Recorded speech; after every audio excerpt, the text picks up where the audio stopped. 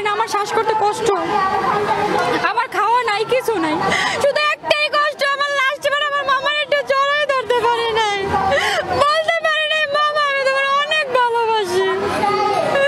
ও আমার মামা ছিল না, আমার ছেলে ছিল।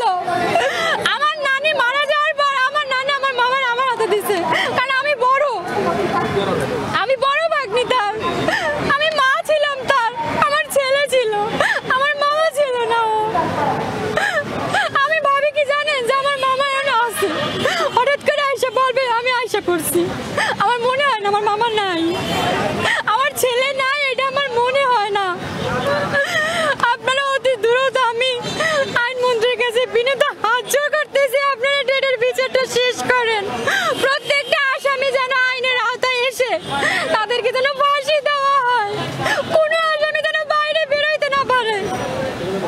প্রথম মারে, তারপরে পাথর দিয়ে যে মারগুলো মারে ওগুলো দেখার মতো না। প্রত্যেকটা বাঙালি কিন্তু এটার জন্য চোখের পানি ঝরছে। একটু আপনাদের কাছে আমার বিনীত অনুরোধ, আমার মামার সঠিক বিচারটা একটু আপনারা পাইয়ে দেন। প্রত্যেকটা আসামি যেন আইনের আওতাধীন হয়, কোনো আসামি যেন বাইরে না থাকে। আমরা কিন্তু বাইরে নামতে পারি না, কিন্তু আসামি বুক ফুলে বাইরে হাঁটতেছে। এটা কোন বাংলাদেশে বাস করতেছি আমরা? কোন বাংলাদেশে যে আসামি বাইরে থাকে আর বাদীপক্ষ ভয়ে ঘরে বসে থাকে? আমরা কি বাংলাদেশে বাস করতেছি? আর কয়দিন পর দেখবেন কি যে আসামি পক্ষ আমাদেরই নাই করে দিছে, তখন আবার আমাদেরই আপনাদের নিউজ করতে হবে, এই কথাটা লিখে রাখেন।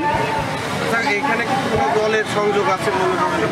না, ওইটা আমি বলতে পারবো না, আমি জানি না। কারা আপনাদের হুমকি ধমকি দিচ্ছে? আমি বললাম না যে ওরা হুমকি পর্যন্ত যাবে না, ওরা যে যেভাবে প্রকাশ্যে মারছে, ওদের যথেষ্ট কলিজা আছে, ওরা হুমকি পর্যন্ত যাবে না। আপনারা এটা ভুল ধারণা যে হুমকি পর্যন্ত ওয়েট করবে, ওরা হুমকিতে যাবে, ওরা অ্যাকশনে যাবে, সরাসরি অ্যাকশনে যাবে। ওরা কিন্তু হুমকি পর্যন্ত অপেক্ষা করবে না, এটা ভুল ধারণা আপনাদের। এই জন্য আমরা চাচ্ছি 2 নম্বর আসামি সারোয়ার হোসেন টিটুকে অতি দ্রুত গ্রেপ্তার করা হোক, চিরুনি তল্লাশি দিয়া। আইনমন্ত্রী কিন্তু এই চিরুনি তল্লাশি জারি করছে, ওইটা কিন্তু অব্যাহত থাকুক, মানে ওইটা চলমান থাকুক, এটা যেন অব্যাহত না হয়, চলমান থাকুক, এবং চিরুনি তল্লাশি দিয়া সারোয়ার হোসেন টিটুকে গ্রেপ্তার করা হোক। আপনার মামার যখন লাস্ট আপনার সাথে কি কথা হয়েছিল বলে মনে হয়? আমার মামা বলতো তার যে ছেলে, আমি তো আমার ফ্যামিলিতে লেখাপড়া করতেছি, আমি বিসিএস দিব, তো আমার ভাই বোনদের বলছে যে তোর মতো করিস, আমি যদি না থাকি তাহলে তোর মতো করে ওরে মানুষ করিস, এটা বলছে। আর আমি হচ্ছে আমার মামার বড় ভাগ্নে।